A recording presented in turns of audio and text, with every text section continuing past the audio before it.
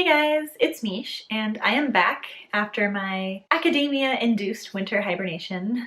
In today's video, I am talking about a phenomenon that you've probably had happen to yourself, just sort of a Last Supper phenomenon of dieting, where when you plan to go on a diet tomorrow, you tend to overeat a bunch today. And I have a quick summary of a study for you that looks at what kinds of habits lead people to do this Last Supper phenomenon. I also have 4 practical tips for you on how to lose weight and avoid having this happen to you, because I know for some people the overeating in between diets actually makes the diet not put you at a lower weight in the end, because the overeating sort of counteracted a lot of the dieting. And that is not a fun way to live. Hopefully this can be helpful to you. In the study I'm going over today, the researchers looked at 2 types of people, or 2 types of eating habits: restrained eaters and unrestrained eaters. So what restrained eating means is, in a nutshell, that you have food rules or you tend to diet quite a bit. So for example, you may have rules for yourself like no eating after 9 p.m. or no eating in the morning because you want to do intermittent fasting, or maybe you have a rule that says no fried foods, or you try to eat less than 1,500 calories a day or anything like that. Whereas if you tend to be more free with your intake and just sort of eat what you want when you want without worrying too much about what it is or how much it is or when it is, then you fall into the unrestrained eating category. And these researchers split each of these types of people into 2 groups.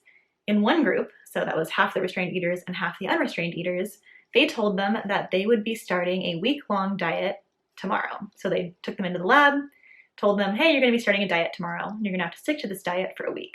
And then in the other half of the participants, so the other group, they did not tell them they'd have to go on a diet. And the main thing the researchers were interested in looking at is how much the group that thought they were going to have to go on a diet starting the next day overate compared to the group that did not think they were going to have to go on a diet. And the way they checked how much people overate was they had a sneaky cookie taste test where they had participants rate Oreos, double chocolate cookies, and chocolate chip cookies on a bunch of different ratings, so like how sweet they were, how good they were, that kind of stuff, and told participants they could eat as many cookies as they want in order to do this taste test. And so for each person, they looked at how many cookies they ate. First, for the unrestrained eaters, which were the people who were not used to dieting, there were no differences in how many cookies they ate between the groups that thought they were going to have to go on a diet the next day and those who didn't. Whereas in the restrained eaters, so people with a lot of food rules and dieting habits, the people who did not think they would have to go on a diet the next week ate about 4 cookies on average. I'm translating the grams here into cookies for you. Whereas the restrained eaters who thought they were going to have to start a diet the next day ate 14 cookies on average.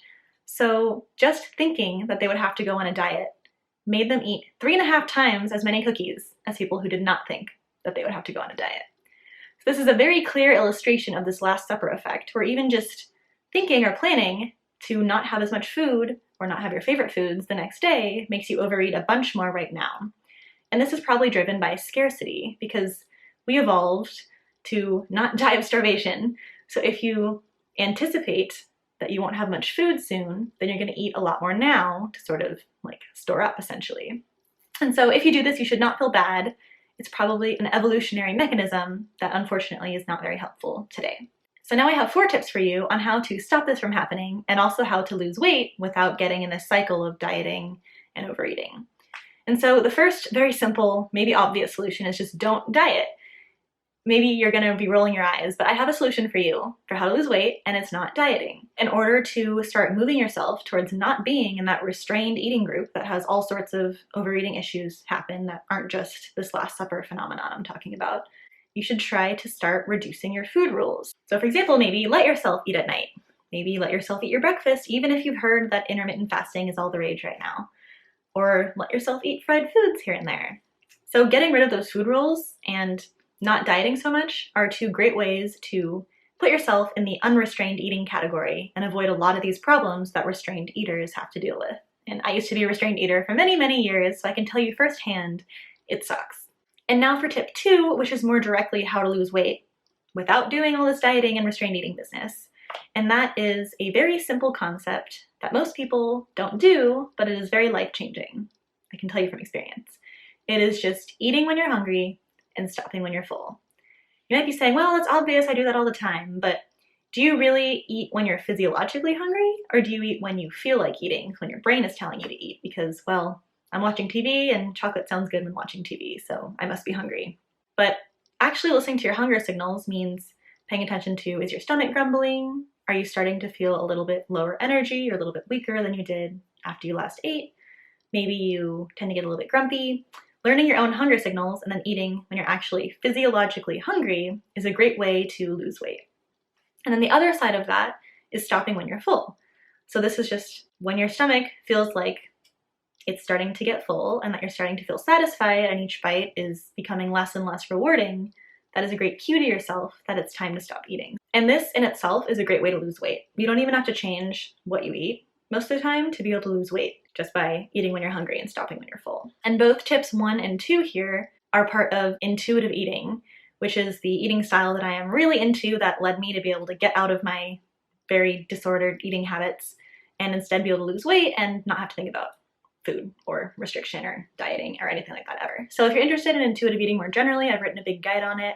So I will put the link to that guide in the description below. It's on my blog. And now for tip 3, which I guess is also sort of part of intuitive eating, but it's also just helpful generally, is to learn to accept yourself. I know this is easier said than done, but a big reason that people become restrained eaters and a big reason why restrained eating can cause a lot of problems with overeating, as shown by studies, is actually low self-esteem. So a lot of people do restrained eating because they feel like they need to change themselves in order to love themselves, in order to get other people to love them. But weight loss should not be about trying to make yourself a better person or trying to like yourself more. If you need to lose weight, it should be for your health or just as a general self-love thing, not as a self-loathing thing. So the way you should go about this is more variable by the individual, but try to find ways to love yourself. This could be as simple as affirming yourself in the mirror in the morning or finding a psychologist or therapist to help you work through some of the reasons why you have low self-esteem. And now if you really need to lose weight or really want to lose weight from a self-loving position, then my 4th tip is going to fast track you there if you combine it with the first 2. And that is gently, positively moving yourself towards a healthier diet in a sustainable way. A lot of qualifiers there. What I'm saying is don't go on a diet. You're not going to start cutting out food groups tomorrow, but rather try to move yourself towards this healthier diet gradually.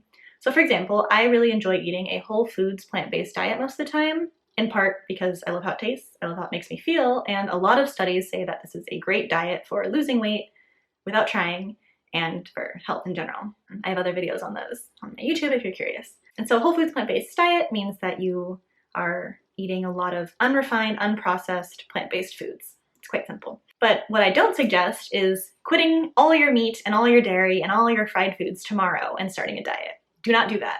Instead, if you want to gradually transition to a healthier diet, like a whole foods plant-based diet, try to do one little step at a time. So for example, you could say, tomorrow I'm going to try to focus on eating more potatoes. That's all you have to do. Just add one healthy food in there. You could have all your normal chocolate and candy and fried foods and whatever you want. Just try to add in more potatoes and listen to your hunger signals. And that way you can focus on feeling the reward of succeeding at eating more potatoes, which is a pretty easy goal, rather than a constant fear of failing at your strict or restrictive diet. And then for example, let's say week 1 is all about eating more potatoes, then maybe week 2, you can try to switch out your white rice for brown rice and just make these little modifications along the way. So that way you can ease yourself into this diet that has been shown to be very helpful for weight loss in a way that doesn't involve a dieting mindset. And so with these 4 tips, you should be able to lose weight in a way where you'll never have to be scared of not having your favorite foods or being hungry tomorrow, because combination of intuitive eating plus gradually moving yourself towards a healthier diet that's good for weight loss can get rid of all these issues with scarcity and fear and just make it a positive, easier, more sustainable way to lose weight and not have to deal with restrained eating. I'm very curious if any of you are like how I used to be, where you were constantly dealing with restrained eating behaviors and their consequences, and if you found anything that helps with that. So if you have, please comment below. I'd love to hear your thoughts. Thank you so much for watching, and if you want to support me, please give this video a like or share it or subscribe. You guys and your encouragement are the reason I keep doing this, so thank you. And if you really want to support me, I have my Patreon in the description below. So yeah, see you next time.